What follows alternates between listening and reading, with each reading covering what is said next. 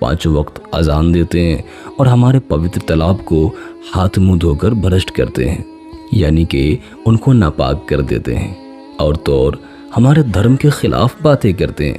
کہتے ہیں یہ مورتیاں پوجنے کی چیز نہیں ہے، یہ تو محض پتھر ہیں، اس لیے انہیں یہاں سے اٹھا دینا چاہیے۔